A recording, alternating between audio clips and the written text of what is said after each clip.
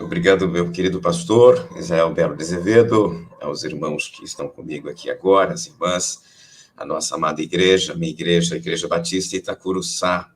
É muito bom compartilhar com vocês esta temática, porque eu estudo escatologia, eu gosto de escatologia, trabalho com escatologia há bastante tempo, e esses espaços são os espaços em que podemos falar sobre o assunto, não é?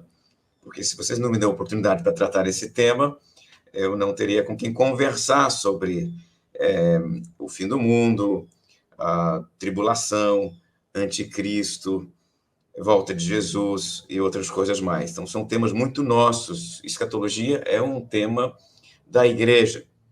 Então, já quero dar sequência à minha fala dizendo que escatologia é uma temática que eu acredito ser apropriada para a igreja. Não acredito que escatologia seja um tema para fora, é um tema para dentro. Para fora, nós tratamos de outros assuntos. Quando você vai para a sociedade, falar para a sociedade, quando você vai ministrar para fora, os temas são outros. O Evangelho de Cristo, a graça de Jesus, a salvação, a cruz, estes são os temas para fora. Quando alguém se converte, nesse caso, a partir daí, ele começa a receber novos temas, ele começa a aprender sobre novos assuntos. E é neste momento que escatologia se torna assunto para ele. Escatologia é assunto para a igreja. Não vamos conversar com escatologia com o incrédulo, por exemplo. Adianta você conversar sobre volta de Jesus, sobre os temas que nós tratamos aqui, a ressurreição dos mortos, esses temas nossos da escatologia. Adianta você conversar sobre estes temas com o incrédulo que não crê na autoridade da Escritura Sagrada, que não crê na Bíblia como palavra de Deus, não adianta. Nós temos que ter, então, aí um chão de onde partir. O chão de onde partimos é a nossa perspectiva sobre a Escritura Sagrada, sobre a revelação de Deus, sobre quem é Deus, quem é Jesus. Nós temos que ter um chão. E daí em diante nós podemos falar sobre escatologia, né? Eu planejei, junto com o pastor Israel, uma série de estudos sobre este assunto. Eu havia pensado inicialmente em seis encontros, mas aparentemente os nossos planos eles são adaptados à luz das questões que os queridos irmãos levantam. Podem levantá-las. Neste domingo eu vou tratar de forma linear, vou falar de forma linear sobre o tema, e depois eu vou responder as perguntas que os irmãos levantarem. Continuo falando sobre Daniel. Daniel ainda é o nosso tema. O tema nosso é Daniel. Uma das questões que levantamos sobre Daniel no nosso último encontro foi que Daniel está no fim do desenvolvimento escatológico do Antigo Testamento. Quando pensamos no Antigo Testamento, pensamos, então, num processo contínuo de aprendizado este dirigido pelo Espírito de Deus. Deus foi ensinando coisas a seu povo e o povo foi aprendendo paulatinamente. Os assuntos nos tempos antigos, então, eram aprendidos paulatinamente. Deus ia ensinando a conta-gotas. Ele dava uma informação, depois ele dava outra, depois ele dava outra. À medida que o tempo se desenvolve, à medida que os autores se sucedem, a revelação ela cresce, e ela cresce por meio de aglutinação, né? A cada autor, a cada livro, a cada momento de revelação, um dado novo é revelado, e assim a revelação vai engordando. E a escatologia é a mesma coisa. Desde os textos mais antigos, né, como falamos para vocês na semana passada, desde aqueles encontros iniciais, em que Deus falava sobre ele escolher um povo e ele prepara esse povo para abençoar o mundo. Desde aqueles textos mais antigos, Deus vai trazendo elementos novos, Deus vai trazendo aspectos novos sobre este momento em algum instante no fim da história, em que ele promove a sua intervenção. A intervenção de Deus na história, a escatologia, né? O eschaton de Deus, a intervenção de Deus na história então, revelada durante uma sucessão de autores e temas. Não há nenhum autor no Antigo Testamento que tem todos os dados revelados e prontos. Deus vai revelando aos pouquinhos, aos poucos, até que finalmente chega o Daniel. Se você observar com calma, durante esse processo de revelação da escatologia no Antigo Testamento, nós encontramos alguns temas que vão aparecer, e um destes temas é o reino de Deus. O conceito de reino de Deus surge já na profecia clássica, a ideia de que, apesar de o povo de Deus não estar dando conta da sua missão e fracassando historicamente, o reino de Deus seria implementado na Terra. E implementado quando Deus finalmente, no final da história, em algum momento, trouxesse na totalidade o seu plano. Ele promovesse o seu plano na história sobre o seu povo e, a partir daí, sobre a humanidade. A lógica é, apesar das dificuldades que o povo de Deus enfrenta na história, apesar das fragilidades do povo de Deus, Deus iria conduzir o povo para que, em algum momento, o reino dele se concretizasse na história. Quando você olha para autores como Isaías, por exemplo, eles descrevem este reino de Deus no futuro em traços bem concretos. A natureza vai ser transformada, ela não vai representar mais perigo para a humanidade. Você observa, por exemplo, na descrição de Isaías, do fim da história, o leão brincando com a criança, com a ovelha, a serpente não faz mais o mal, os instrumentos de luta, de guerra, são transformados em instrumentos para arar a terra. Então, você nota aqui a restauração de um paraíso na terra. Este conceito de que o reino de Deus terá os traços do Éden, ele surge já na profecia. O reino de Deus será uma espécie de restauração do Éden. O Éden redivivo. O Éden redivivo é aquilo que Isaías espera e outros autores esperam para dentro da história, no momento em que, finalmente, o povo de Deus ia viver na terra como ele deveria viver lá nos tempos pré-pecado, pré-Gênesis 3. Então, você nota que o que se espera do reino é algo material. O reino é esperado em tons materiais, em termos materiais. Isto aparece praticamente na profecia anterior a Daniel, em quase toda ela, até que, em algum momento, surge alguns elementos novos. A ideia de que este mundo vai acabar e, consequentemente, a ideia de que o povo de Deus que morre e não pôde experimentar esse reino de Deus na Terra, vai ter uma oportunidade de experimentar, e surge, então, o conceito de ressurreição.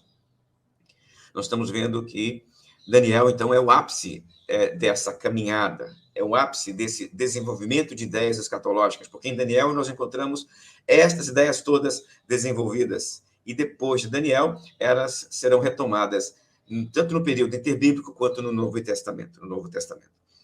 Daniel é um livro singular dentro da Bíblia. Já dizia para você na semana passada que ele é singular, por quê? Porque ele tem duas partes. Ele tem duas partes muito claras. Nós olhamos para Daniel e conseguimos perceber que Daniel 1-6 é uma coisa, Daniel 7-12 é outra completamente diferente. Daniel é singular porque ele é um dos poucos livros da Bíblia que tem dois tons completamente distintos, tons, exatamente o tom da narrativa, o tom do texto, o tom do autor é diferente. Ele fala do 1-6 de uma maneira e ele fala de 7-12 de uma outra forma. De 1-6, ele tem uma perspectiva com relação à sociedade até bem positiva.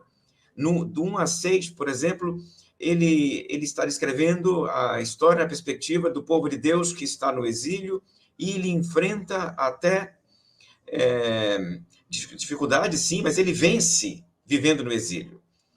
Tanto Daniel quanto os seus amigos no exílio se tornam governantes, se tornam magistrados, eles enriquecem, eles se tornam pessoas prósperas no exílio babilônico, no exílio debaixo de Ciro, no exílio debaixo do governo persa. Então, você nota que o tom do 1-6 é o tom de um povo que vive no exílio, mas prospera no exílio. O tom de 7 em diante é um tom diferente. É um tom de quem enfrenta a perseguição. É um tom de quem não vê a sociedade como aliada. Os governantes de 7-12 não são aliados mais. Os governantes de 1-6 são até figuras aliadas. Você nota, por exemplo, quando Daniel está na cova dos leões, como o rei está ansioso para ver se Daniel sobreviveu. Agora, as figuras reais de 7-12 são figuras monstruosas, são figuras diabólicas, são figuras do caos. O governante já não é do bem, o governante é do mal. Ele é um instrumento do caos para oprimir o povo de Deus, para perseguir o povo de Deus. O tom muda, a atmosfera muda. Então, do 1-6, do 7-12. Outra coisa que é diferente e é singular em Daniel, não é nada parecido, é que Daniel é o texto do Antigo Testamento que tem duas linguagens, dois idiomas, né? Daniel tem hebraico e tem aramaico. Daniel 7, por exemplo, está em aramaico, não é em hebraico. Daniel 7 está escrito numa língua diferente da língua de Daniel 1 a 6. A língua de Daniel 7 é o aramaico. Daniel é um desses textos que tem duas línguas no Antigo Testamento e é único, porque os demais textos do Antigo Testamento estão em hebraico, né? Daniel também ele é singular porque ele é diferente da versão bíblica protestante da versão bíblica católica. Isto não é único, porque Esther também tem uma diferença, mas é muito raro, né? Daniel é diferente na versão protestante do Daniel encontrado na versão católica. Daniel protestante tem 12 capítulos. Daniel, na versão católica, tem 14 capítulos. Tem o Daniel 13 e tem o Daniel 14. Então, se você vai falar sobre Daniel, por exemplo, num público que não é necessariamente o público evangélico, e você vai ler Daniel, de repente você precisa mencionar que você está lendo Daniel na versão protestante ou na versão católica, porque os livros têm extensões diferentes, e tem até uma longa sessão de uma oração dos amigos de Daniel na fornalha, que só aparece na versão católica. Então, a versão de Daniel na Bíblia Católica e na Bíblia Protestante difere. Isso eu vou mostrar para você como Daniel é singular na Bíblia, como Daniel é diferente, como Daniel é especial. Daniel é tão especial para o nosso assunto de escatologia que ele vai ser retomado por Jesus. Lá no Sermão Profético de Jesus, Mateus 24 e 25, nós vamos conversar sobre isso aqui em nossos estudos. Lá no Sermão Profético de Jesus, tem um momento em que Jesus fala assim: quem lê Daniel, entenda. É uma expressão idiomática para dizer, vamos ler Daniel para entender o que eu vou falar com vocês. Quem não lê Daniel não vai me entender. Daniel está subjacente àquilo que eu vou falar com vocês. Veja que Jesus Cristo está expondo o livro de Daniel para os seus discípulos, lá em Mateus 24 e 25. Marcos 13, né, que é outra versão do Sermão Profético de Jesus, e também o Lucas 17. Apocalipse de João volta a Daniel repetidas vezes. Temas de Daniel aparecem em Paulo repetidas vezes. Daniel, então, é o livro fundamental para pensar o fim do mundo para os autores do Novo Testamento. Então, eles partem de Daniel na mesma lógica que eu falei com vocês aqui, a lógica de que as questões sobre o fim, a revelação sobre o fim, cresce por meio de aglutinação.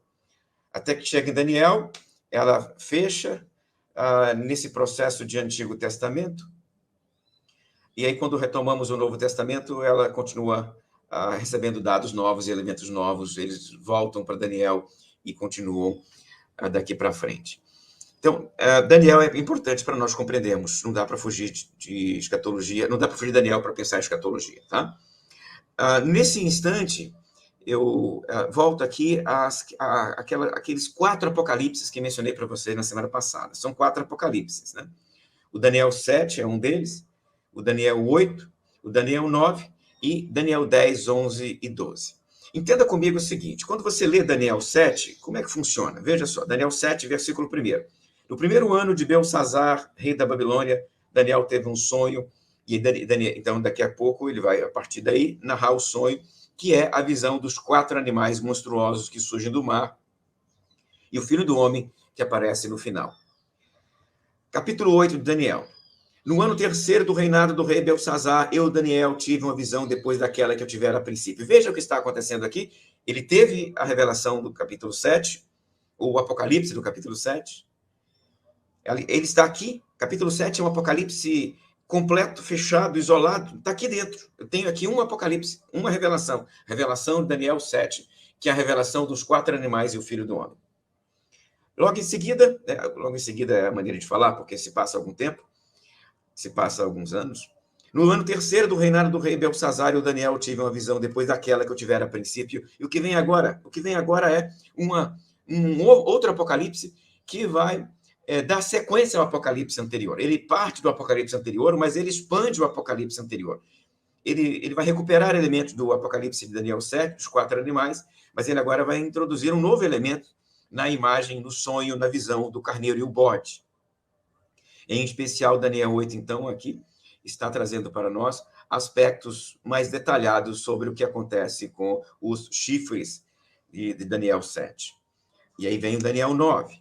No primeiro ano de Dario, filho de Assuero, ou seja, algum tempo depois do Daniel 8, que é algum tempo depois do Daniel 7. Veja que as revelações, os sonhos, as visões, os apocalipses, eles estão um após o outro e eles dão sequência ao anterior.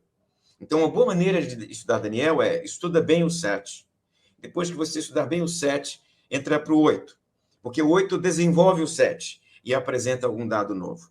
E em seguida estuda o 9, Daniel 9, que desenvolve o que apareceu em Daniel 7 e 8 e apresenta algum elemento distinto. E, por fim, Daniel 10, 11 e 12, esses 3 capítulos que desenvolvem uma única visão, uma revelação, um apocalipse, o apocalipse da revelação histórica e do fim dos tempos, né? O Daniel 10, 11 e 12. Então, estes elementos todos nos ajudam a compreender, então, as 4 revelações, ou os 4 apocalipses de Daniel. 4 revelações de Daniel é uma maneira mais interessante de falar, para não nos confundirmos, né? As 4 revelações de Daniel, começando com a primeira, Daniel 7, os 4 animais e o Filho do Homem. O que aparece aqui em Daniel 7? 4 seres monstruosos, 4 figuras animalescas que surgem do mar. Entendendo que, na perspectiva profética, o mar ele não gera coisas boas, o símbolo do mar é usado negativamente. Do mar vem o caos, do mar vem o perigo. Do mar, o que vem? Seres monstruosos. Um leão com asa de águia, um leopardo com 4 asas e 4 cabeças, um animal com 10 chifres e dentes de ferro, e um pequeno chifre que domina os outros chifres. Aparece também aqui um urso, um ser monstruoso na forma de um urso. Estes 4 animais que surgem aqui, eles representam o desenvolvimento da história. Por meio deles, a revelação está mostrando para Daniel e seus leitores como a história avançaria. Avançaria por meio de uma sucessão de impérios e governos monstruosos. Não são governos amistosos, são governos monstruosos, eles surgem do mar. E estes governos monstruosos iriam se sucedendo, até que em algum momento surgiria um pequeno chifre e outros chifres, e desses chifres surgiria uma oposição do final dos tempos. A esta oposição reage, então, o Filho do Homem, representante aqui do povo de Deus, que derrota estes seres monstruosos, na verdade, na pessoa dos chifres do final dos tempos, e derrotando estes seres monstruosos, inaugura o reino de Deus na Terra. Nós temos alguns conceitos preciosos aqui, do Daniel 7, a figura da corte celestial, a figura do avanço da história, a figura da oposição contínua até o final dos tempos, e a figura do Filho do Homem. Daniel 8 desenvolve o tema de Daniel 7, na forma agora de um carneiro e com 2 chifres, depois um bode com chifres. Estes chifres serão destruídos por um outro pequeno chifre, e este pequeno chifre fará a oposição ao povo de Deus no final dos tempos. Expande, então, Daniel 8, o Daniel 7, e tanto Daniel 7 quanto Daniel 8 tem como propósito consolar o povo de Deus no momento de dificuldade, mostrando como a história se desenvolve. É uma filosofia da história, e é isso que este texto está aqui entregando para os seus leitores. Daniel 9 é um pouco diferente dos 2 apocalipses anteriores, o 7 e o 8, porque ele desenvolve aqui a profecia de Jeremias. Jeremias 29, 10 já havia dito para nós o seguinte, está lá em Jeremias, né? Assim diz o Senhor, quando se completarem os 70 anos da Babilônia, eu cumprirei a minha promessa em favor de vocês, de trazê-los de volta para este lugar. Então, Jeremias havia profetizado um exílio de 70 anos. A perspectiva dos 70 anos era a mais literal possível. Quando os leitores de Jeremias liam o texto de Jeremias, entendiam basicamente o seguinte, não, o exílio vai durar 70 anos, o cativeiro vai durar 70 anos. Quando você olha, por exemplo, para Zacarias 1:12, a lógica é muito parecida com essa, de 70 anos literais. Então, estou lendo aqui Zacarias 1:12. Então o anjo do Senhor respondeu e disse, o Senhor dos Exércitos, Ó Senhor dos exércitos, até quando não terás compaixão de Jerusalém e da cidade de Judá, contra quais estiveste irado 70 anos? A lógica, então, dos autores, dos leitores de Jeremias era 70 anos de cativeiro, 70 anos que vai durar o exílio, depois a restauração do povo na terra. O que Daniel promove aqui nesse texto aqui, no capítulo 9 de Daniel? O que esse capítulo, o que essa revelação ensina para Daniel e seus leitores? Que a restauração não é tão simples assim. E, na verdade, não é 70 anos literais, mas 70 semanas de anos.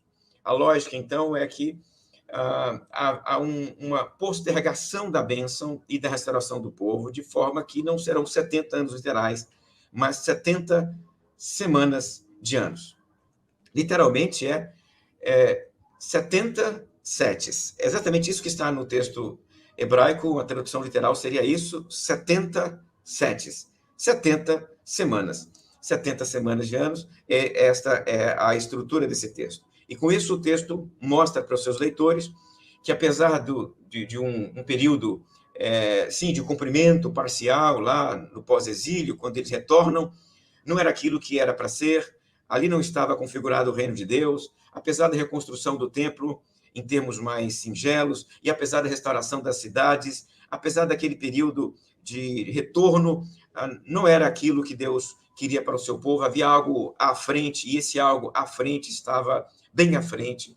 Nesse sentido, 70 semanas de anos é quando se daria, finalmente, a intervenção de Deus, o envio do seu Messias e a instauração do seu reino na terra. Por fim, a última profecia, a última revelação, Daniel 10, 11 e 12, é a maior delas, a maior de todas elas.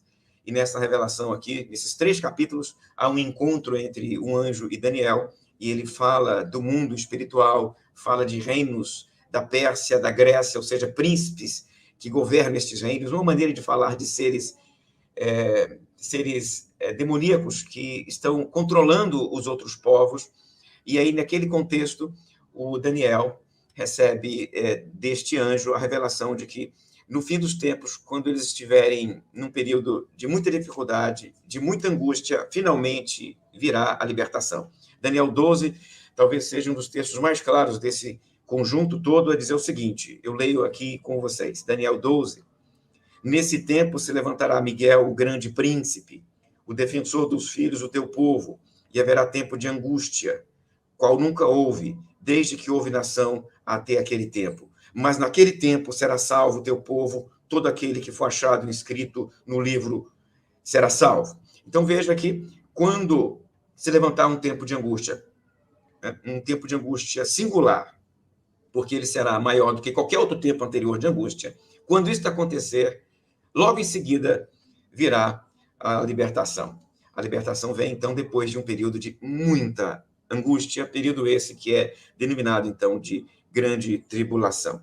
No versículo 7, ele volta a tratar deste assunto, lá no finalzinho do versículo 7, quando ele diz assim, e quando se acabar a destruição do poder do povo santo, estas coisas se cumprirão. Então, o povo de Deus vai ser quase completamente destruído, até que finalmente venha a libertação. Estas ideias aqui de Daniel dão origem, então, a alguns temas que eu vou apresentar para vocês e desenvolvo, tanto respondendo às perguntas, quanto nas próximas falas minhas.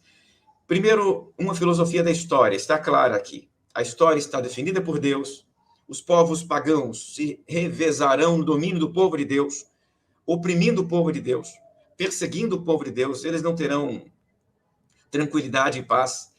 O período de história antes do final dos tempos é um período de opressão. Os povos serão usados por seres monstruosos, por governantes monstruosos do caos, por seres demoníacos, para oprimir o povo de Deus. É um período, então, contínuo de dificuldade até o final dos tempos. Até a intervenção de Deus, eles irão sofrer dificuldades, até que finalmente Deus derrotará estes adversários, estes governantes, por meio de um ungido, o seu ungido no final dos tempos. No fim dos tempos, o reino de Deus, então, será instaurado, e instaurado para sempre. Há aqui o conceito de acentuação da dificuldade, até que finalmente irrompa o final dos tempos e a libertação de Deus, conceito esse que vamos chamar posteriormente de a grande tribulação, que aparece no Novo Testamento, no sermão profético de Jesus. Há aqui em Daniel o conceito de ressurreição dos mortos, que é uma resposta à pergunta: e os irmãos nossos que morreram antes de chegar, então, à libertação? Daniel responde dizendo que eles serão ressuscitados. E essa ressurreição coloca diante dos leitores uma espécie de dois estados de reino no final. Um reino na terra, material, e um reino transcendental. Afinal de contas, esses mortos irão ressuscitar e brilhar como estrelas no firmamento. Então, não vai ser na terra, não vai ser na história. Aparentemente, Daniel está já imaginando tanto um reino material, na perspectiva de Daniel 7, quanto um reino transcendental, reino esse que receberá estes mortos ressuscitados. E, por fim, mais um aspecto que vale destacar aqui é a figura de um pequeno chifre que fala blasfêmias, um adversário do povo de Deus, que será derrotado no fim da história, e esse personagem é chamado na literatura de adversário escatológico, e alguns costumam chamá-lo também de anticristo.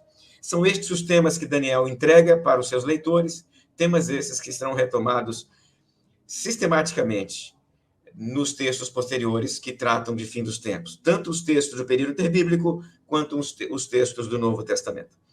Meu querido pastor Israel, então acho que agora estamos prontos para conversar sobre as perguntas que as pessoas levantaram aí no chat. Espero que elas levantem questões tranquilas, não muito complicadas. Então, vamos lá, pastor Valtair. A primeira pergunta, na verdade, é um pedido aqui para que a gente possa mencionar qual é o livro citado. Eu imagino que seja o seu livro sobre o Cordeiro. Então, você pode falar um pouquinho sobre esse livro? Posso, sim.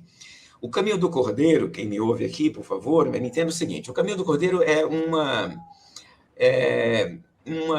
análise histórica, social, antropológica e teológica do Apocalipse de João.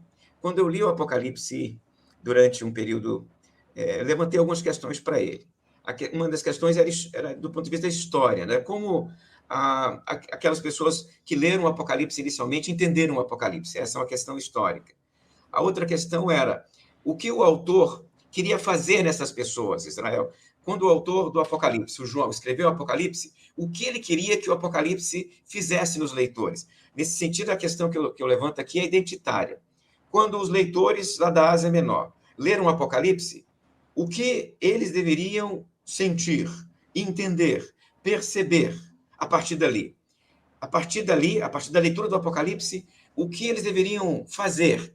Então, o Apocalipse seria um instrumento usado pelo João para operar nos leitores, para promover nos leitores algumas mudanças. E perguntei, né, na minha pesquisa, que tipo de mudanças ele queria fazer nos leitores. Daí o subtítulo do livro é Identidade, porque eu entendi que o Apocalipse queria promover certa identidade nesses leitores, certa visão de crente, certa perspectiva de mundo, que é uma questão antropológica. Estas questões foram levantadas, então, e durante um período de mais ou menos 4 anos, eu produzi esse material. O Caminho do Cordeiro é um texto que levou 4 anos para nascer. Depois de 4 anos, está aí o texto para vocês lerem aquilo que eu entendi que era a resposta à pergunta: o que João quer fazer nos leitores enquanto ele escreve o Apocalipse de João.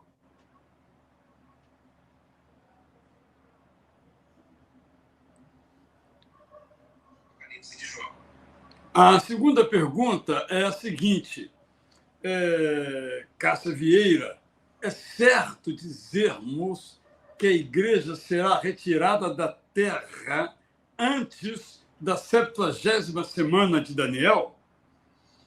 Cássia, se você me entendeu, eu faço a leitura de Daniel na perspectiva do Daniel e dos leitores de Daniel. Então, se nós estamos lendo o Daniel na perspectiva dos leitores de Daniel e do próprio Daniel, não tem ainda igreja aqui. O que tem é povo de Deus. O que tem em Daniel é o conceito de povo de Deus, não de igreja. O conceito de igreja vai surgir com quem, Cássia? Com Jesus. Então, se você me permitir, Cássia, eu queria dizer para você o seguinte: repete a sua pergunta quando eu trabalhar Jesus e a igreja. Porque se eu for para responder aqui agora, eu vou responder à luz do Daniel e dos leitores do Daniel no Antigo Testamento, ou seja, no período anterior a Jesus, e naquele período anterior a Jesus não tem igreja, porque a igreja surge quando? Depois de Jesus. Se a igreja surge depois de Jesus, Daniel não pode estar falando de igreja, Cássia. Daniel está falando de quê? Do povo de Deus, é judeu. Para ele, o povo de Deus é o judeu. O judeu vai ser salvo ali no final dos tempos. O judeu vai ser restaurado, o judeu vai ser libertado, o judeu vai ser ressuscitado. Para ele, Cássia, o povo de Deus aqui é judeu, né? Então, quando nós olharmos para Jesus, olharmos para o Novo Testamento, e aí sim tem igreja, eu vou poder dizer para você, né, o que eu acho a respeito desta questão, se tem igreja na 70ª semana de Daniel. Olhando aqui, antes de Jesus, e enquanto estamos lendo Daniel, respondendo a sua pergunta, o que pode estar presente aqui? Não tem igreja. Daniel está falando do povo de Deus, dos judeus, no final da história. Tá? E, neste sentido, o povo de Deus passará por essas dificuldades, porque ele é muito claro nisso. Nesse sentido, não há dificuldade nenhuma em entender. Ele vai dizer, o povo de Deus vai passar por dificuldades, vai enfrentar essas dificuldades. As dificuldades vão crescer, crescer, crescer, crescer. E quando o povo de Deus estiver quase totalmente destruído, Deus intervém, restaura o povo de Deus por meio do seu Messias, por meio do seu ungido. O povo de Deus não será retirado da terra. Então, parafraseando a sua pergunta, se eu substituir igreja por povo de Deus não será retirado da terra. Ele passa por essas dificuldades todas até ser libertado pelo Messias. Valtair, nós temos aqui uma outra pergunta, agora aqui é do Alexandre, que estuda escatologia. Brincar com ele aqui há séculos, o Alexandre estuda escatologia também. Ele pergunta, por que não considerar Daniel 2 como um texto apocalíptico?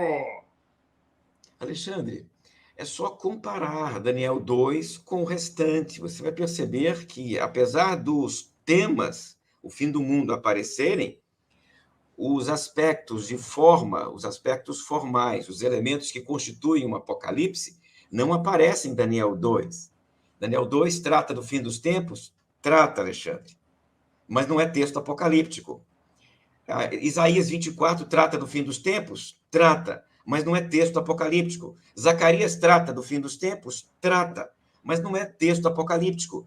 Não é por tratar do final dos tempos que um texto é apocalíptico. Um texto é apocalíptico quando ele tem os traços de um apocalipse. E os traços de um apocalipse estão em Daniel 7 a 12. Quando comparamos a linguagem, a estrutura, a organização desses textos, aí percebemos que esses textos caem na definição de apocalipse, 7 a 12. Eu não estou diminuindo Daniel 2. O que eu estou dizendo é que ele não é um apocalipse. Ele fala de escatologia? Fala. Como Isaías fala de escatologia, como Ezequiel fala de escatologia. Mas a pergunta é, o que é Apocalipse? Não é Daniel 2, não é Ezequiel, não é Isaías 24. Apocalipse é Daniel 7 a 12. Rubens Daminelli, de Curitiba, tem uma pergunta de natureza bibliográfica. Se você conhece o livro de Dwight Pentecost, eu imagino que seja um manual de escatologia. Eu suponho que seja esse, eu conheço, não conheço nenhum específico sobre Daniel. E se esse livro tem o que a nos dizer, ou fique à vontade para comentar ou não, é claro. O texto de Pentecost, o Pentecost, ele é um manual de escatologia numa determinada perspectiva escatológica. Sim, eu conheço, sim, Rubens, conheço o texto, tá? Mas como eu estou fazendo aqui uma leitura na perspectiva da teologia bíblica, o Dwight Pentecost vai aparecer em nossa conversa mais no final. Veja só, meu querido, como nós planejamos, como eu planejei, não sei se vai sair como eu planejei, mas como eu planejei, a ideia seria essa: trabalhar a perspectiva da teologia bíblica sobre escatologia, ou seja, na ordem que os temas foram aparecendo, começando com Daniel. Daniel, então, é o ápice. Depois ir para Jesus, depois ir para Paulo, depois ir para Apocalipse, teologia bíblica. A gente vence a teologia bíblica. Depois de vencer uma teologia bíblica, a gente vai para a escatologia histórica. E aí, depois de trabalharmos escatologia histórica, a gente iria para os sistemas escatológicos. Aí o Pentecoste aparece. porque ele é um defensor de um específico sistema escatológico que nós vamos apresentar para vocês aqui. E, nesse sentido, vou antecipar aqui, eu estou seguindo a ordem das perguntas, mas tem uma pergunta aqui da Mônica Benarros, que tem a ver com o que você acabou de falar. E a Mônica Benarros tem duas perguntas, mas uma é a seguinte: qual a sua, ela colocou entre aspas, corrente, fecha aspas, da compreensão do Apocalipse? Mônica, você está me perguntando sobre justamente os sistemas escatológicos, né? Quando falamos em sistemas escatológicos, nós temos aí algumas correntes. Então, Mônica, eu acho que nesse sentido eu até posso antecipar aqui a questão. Dentro dos sistemas escatológicos, nós temos aí o pré-milenismo histórico, o amilenismo, o pós-milenismo e o dispensacionalismo. Dentro destes grandes sistemas escatológicos, que eu preciso explicar para vocês com muita calma, porque eles surgem dentro da história e podem ser iluminados por meio da história, ou seja, apesar disso tudo, Mônica, de forma bem antecipada, dá para dizer para você que eu leio o Apocalipse na perspectiva do pré-milenismo histórico, de que haverá um período na história em que o reino de Deus será experimentado concretamente. Então, esta é a perspectiva que me move na leitura do Apocalipse de João. A Elinir tem uma pergunta, volta aí. Ela citou aqui Daniel 3:5, eu abri aqui e não encontrei especificamente a pergunta dela, mas a pergunta é, vou ler aqui da Elinir Mota, se explique esse escrito no livro da vida, que ela mencionou 3:5, Apocalipse 3:5, perdão, fiquei procurando Daniel aqui, que nós estamos com Daniel na cabeça, mas talvez você possa responder isso em outro momento, ou agora, se você quiser mencionar, fique à vontade. Eu respondo brevemente essas questões que antecipam Israel, e depois, com calma, a gente pode destacá-las melhor posteriormente. Daniel 3:5 fala de um livro da vida, da mesma forma como aparecerá mais à frente o livro das obras. Na linguagem apocalíptica, que é uma linguagem simbólica, o livro da vida descreve o nome das pessoas que foram salvas, pessoas que foram declaradas justas. Então, aquelas que estão no livro da vida são as declaradas justas. Então, nesse sentido, você que fez a pergunta, eu devo lembrar o seguinte: é uma maneira simbólica de falar dos salvos. Aqueles que estão no livro da vida são os salvos. Não precisamos imaginar literalmente um livro lá em que Deus vai colocando todo dia um nome. Isso não é necessário, por quê? Porque o nosso Deus, ele é onisciente, e se ele é onisciente, não precisa de livro nenhum para lembrar ele quem é salvo. Então, essa é uma maneira simbólica de dizer que os salvos descritos aí, né, nesse livro serão alvos de certa ação no Apocalipse. Obrigado. E ela complementa dizendo também que aparece em Apocalipse 21:27. Obrigado, Enili, por sua participação. O Alexandre pergunta: os 70 anos de cativeiro e as 70 semanas não seriam eventos distintos, já que a história revela o fim do cativeiro em 70 anos literais? A Raquel é a esposa do Alexandre, mas quem está perguntando é o Alexandre. Eu acho que são os dois aí juntos, mas é um casal, os Brum, ok. Alexandre, sim, como eu comentei com você, o que o Daniel faz justamente é separar. Antes de Daniel, a leitura de Jeremias era esperar que os 70 anos fossem os 70 anos de libertação e de retorno. Mas você se lembra muito bem que eles retornam e o que eles encontram lá frustra muita gente. Depois do templo construído, tem gente que chora e tem gente que se alegra. Era frustrante ver o resultado. Então, eles retornam para a Palestina, sim, retornam. Mas não retornam como antes. É frustrante isso. Então, o texto Daniel, ele é uma releitura dos 70. Concordo com você nesse aspecto, tá? Então, em vez de ler Jeremias como se fosse os 70 de retorno para a Palestina, ele leu os 70 para o final dos tempos. Mas, para fazer isso, ele precisa ler na seguinte expressão, formulação: 70 setes, que é a maneira literal do texto. O texto está falando lá exatamente isso, literalmente 70 setes. 70 semanas. Em vez de ler 70 anos, ele lê 70 setes. O que quer dizer que, desta maneira, ele está pensando não no retorno para a Palestina, não na restauração pós-exílica, ele está pensando no fim dos tempos. Então, as 70 semanas de Daniel realmente é uma reflexão sobre o fim dos tempos e não sobre o retorno para o exílio, e nisso eu concordo com você. Leia Nascimento. Esse adversário do povo de Deus pode ser um sistema político? Sim, Leia, pode sim. O Daniel apresenta na forma de figuras animalescas, porque na simbologia apocalíptica, os animais representam nações ou governos. Os animais representam governos. Animais diferentes, governos diferentes. Esses animais geralmente têm chifres ou expressões que demonstram o seu poder. O chifre é governo. O chifre é extensão de poder. Nesse caso, os 10 chifres aqui podem ser 10 governantes. Então, entenda que, quando ele apresenta a oposição na forma de animais monstruosos, está dizendo que são governos monstruosos. Não precisa ser uma figura específica, mas governos monstruosos, sistemas de oposição ao povo de Deus. E esses sistemas de oposição ao povo de Deus vão se manifestando, um após outro. Esta é a filosofia histórica de Daniel 7. A filosofia da história de Daniel 7 é: a história se passa por meio de uma sucessão de governantes ou de governos de oposição, um após outro, até o fim. E aí, no fim, surge o povo de Deus, libertado pelo ungido do Senhor, na figura do Filho do Homem, a expressão de Daniel 7. E aí, nesse caso, finalmente, se manifesta o reino de Deus. O reino de Deus não se manifesta antes. O reino de Deus se manifesta quando o povo de Deus recebeu a libertação. Então, na perspectiva de Daniel 7, em especial, o reino de Deus começa a valer a partir da libertação, e não antes da libertação. Então, antes do povo ser libertado, eles estão sob um cativeiro. Aqui, Israel, me permita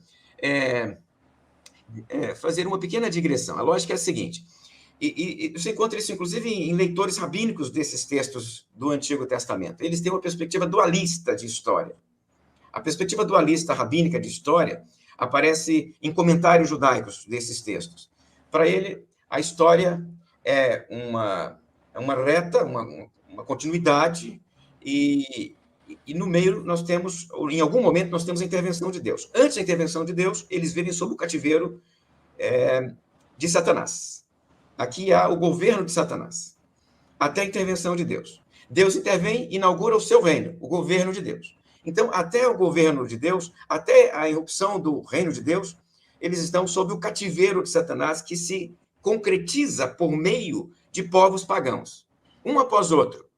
Cada um desses povos pagãos são manifestações desse governante, ou governo, ou sistema diabólico sobre o povo de Deus, até que, finalmente, a intervenção de Deus, e com a intervenção de Deus, o reino de Deus. Esta é a perspectiva dualista clássica, rabínica, de leitura desses textos. Voltaí, nós vamos dar um salto para o presente, depois voltamos para o passado, porque também tem uma pergunta muito interessante, uma afirmativa daí, Enili, mas antes eu quero trazer para o presente. A Leda Meinhardt, sempre muito atenta, faz o seguinte: o que se poderia entender como anticristo? Alguns evangélicos citam como anticristo o Papa Francisco. Ok. Então, Leda, é uma pergunta muito interessante. Deixe-me falar para você sobre esse tema aqui. No Daniel, nós não temos a expressão anticristo. Não temos. O que nós temos em Daniel é um pequeno chifre que fala blasfêmia. São essas figuras monstruosas que agem desta maneira. De que maneira, Leda? Perseguindo o povo de Deus.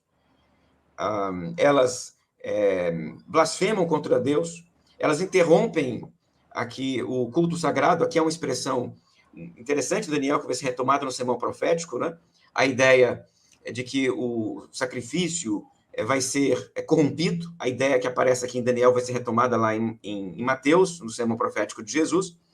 Nós temos aqui, então, a ideia de que uma figura, e esta figura é um adversário do povo de Deus e do próprio Deus, se manifesta durante a história e será derrotado pelo ungido do Senhor no final dos tempos. Aqui é nestes termos. Quando aparece no Novo Testamento, nós vamos encontrá-lo em Paulo, por exemplo, e Paulo vai chamá-lo de filho da iniquidade. É o mesmo personagem, uma figura que se manifesta contra o povo de Deus e age contra Deus. É chamado em Paulo de filho da iniquidade. Você vai encontrá-lo também no sermão profético de Jesus. Vai encontrá-lo em Apocalipse também. Lá em Apocalipse, elas são as duas figuras monstruosas de Apocalipse 13. A besta que surge do mar e a besta que surge da terra. São figuras monstruosas que agem desta maneira. De que maneira? Odeiam o povo de Deus, perseguem o povo de Deus e agem contra o propósito de Deus na história. Esta figura não recebeu até agora, Leda, o nome de anticristo. O nome anticristo vai aparecer na carta joanina. Na carta joanina, o nome anticristo aparece. Ele é o anticristo, aquele que é o contra Cristo, o seu outro, o seu adversário. E em função deste uso da expressão anticristo na carta joanina, os estudiosos da escatologia costumam usar o mesmo termo para esta figura nos outros textos, mesmo que o nome não apareça lá. Então, o nome anticristo não aparece lá. Para evitar isso, os estudiosos da escatologia costumam recorrer à expressão adversário escatológico. Adversário escatológico é uma maneira mais neutra de descrevê-lo, porque não usa a expressão anticristo. Especificamente sobre o Papa, dá para dizer o seguinte: essa perspectiva antipapal da escatologia surge não com Martinho Lutero, surge antes, surge dentro de uma ala da igreja a partir do século XII, com uma figura que eu estudei bastante, que é chamado de Joaquim de Fiore. É ele que lê o Apocalipse, e lendo o Apocalipse, ele fala de um Papa Anticristo. É exatamente isso que o Joaquim fala, Papa Anticristo. Ora, quando o Joaquim usa a expressão Papa Anticristo, ele também, logo depois, né, porque ele está dentro da igreja ainda, ele não está fora, ele vai e inclui um outro personagem chamado Papa Angélico. O Joaquim tem duas figuras, um Papa Anticristo e o Papa Angélico. Depois de Joaquim, leitores de Joaquim, chamado franciscanos espirituais, extrapolam Joaquim, exageram Joaquim, esquecem o Papa Angelical e só fica com o Papa Anticristo, porque eles são adversários do papado. Então, os franciscanos espirituais atacam a igreja com a figura do anticristo. Eles dizem que o Papa é o anticristo. E por isso ele deve ter a oposição da igreja. Os franciscanos espirituais são perseguidos, alguns são encarcerados, outros são queimados na fogueira. E eu vou andar um pouquinho mais e vou para onde, Leda? Vou para a Reforma Protestante.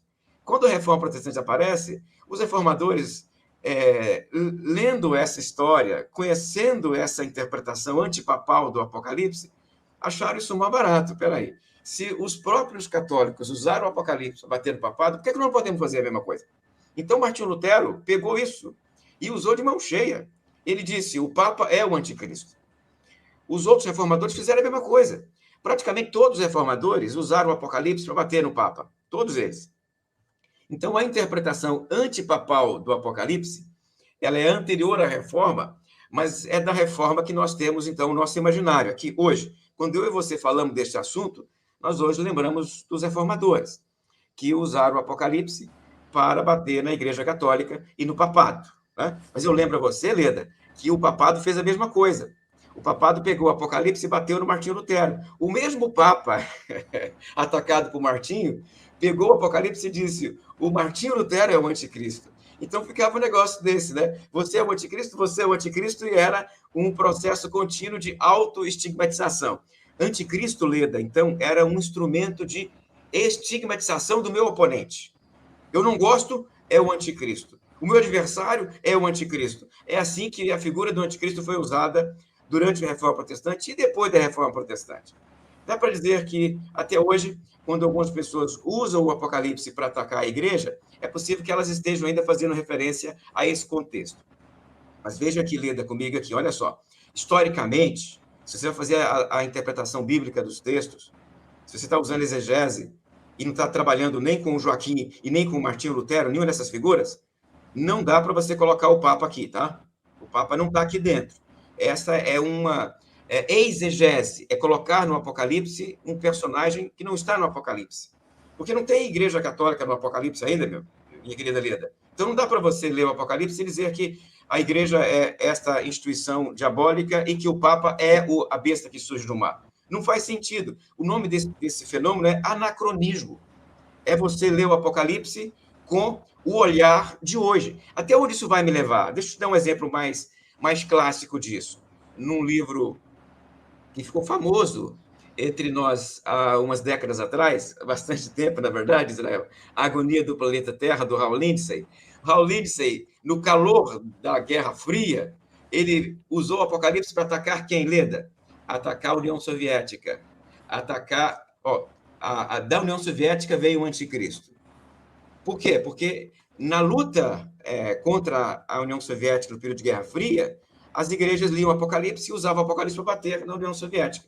E hoje você encontra autores que usam o Apocalipse para bater em quem, Leda? Bater na Coreia do Norte, bater ainda na União Soviética, até em menor quantidade, bater na Igreja Católica, para bater em alguém.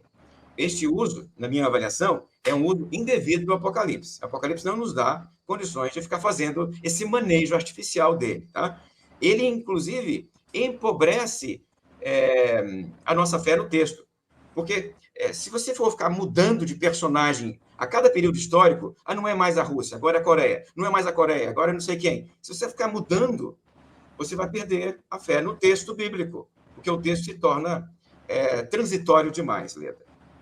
Obrigado, Valtair. Nosso tempo já está no fim, mas eu preciso formular aqui 2 perguntas. Vou pedir licença aqui ao Alexandre, porque não vou poder formular as dele por falta de tempo aqui, mas... Tem mais, Alexandre? Semana que vem tem mais. Mas eu quero só agradecer aqui o Rubens Daminelli, que disse que é de Campinas, não de Curitiba. Acho que confundi com o outro Daminelli que eu conheço em Curitiba. Obrigado, Rubens. Nós já nos conhecemos há muito tempo. Obrigado por sua participação e está feita aí a correção. Mas o Luiz Cláudio, que tem o perfil Lugar de Poema, é sabido, é uma pergunta, o tempo entre as revelações dos capítulos de Daniel 7 a 12? Se sim, quantos anos levou de uma revelação a outra? E aí eu emendo logo a segunda pergunta, porque nosso tempo só temos mais 5 minutos para as 2 perguntas, é que a Elinir fez um comentário muito interessante. Ela escreveu assim: acho o livro de Daniel muito difícil, mas Daniel não profetizou acerca do anticristo. Eu só quero sublinhar, eu quero saber o seguinte: esse livro é difícil, então dá uma resposta lá ao Luiz Cláudio, Lugar de Poema, e a Enili, e aí nós encerramos aqui por hoje, mas semana que vem tem mais. Mas a Mônica Meda Roça, não precisa responder, só um comentário instigante que ela fez aqui. Você está dizendo, Valtair, que o fake news do papado foi um instrumento político? Não precisa responder, porque, de certo modo, já está respondido aí. Vamos lá, então. Olha, Mônica, que interessante a sua questão. E ela também fala, Walter, desculpe, eu acho que é importante, tudo em 5 minutos, hein?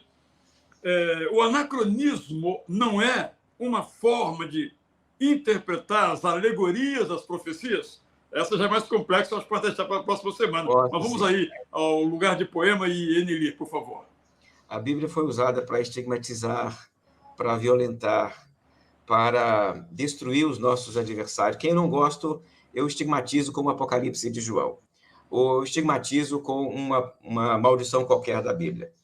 Esta maneira de usar a Bíblia é uma maneira, na minha avaliação, a revelia daquilo que chamamos de interpretação apropriada, sensata. Por quê? Porque a interpretação apropriada e sensata, na minha perspectiva aqui, Israel, tem a ver com a maneira como o autor original pensava aquilo que escrevia, a forma como seus leitores interpretaram daquilo que ele pensava, e a maneira como os textos seguintes tomam o que o Daniel falou e atualizam. Jesus atualizou Daniel, o Apocalipse atualizou Daniel. Então, nossa leitura de Daniel é mediada por Jesus, por Apocalipse. Mas Apocalipse é o último texto do cânon. Se é o último texto do cânon, a última mediação de Daniel é o Apocalipse de João. Não pode ser o Martinho Lutero, não pode. Não pode ser o fulano de tal de ontem. A última mediação de Daniel tem que ser o Apocalipse de Daniel, ou melhor, o Apocalipse de João.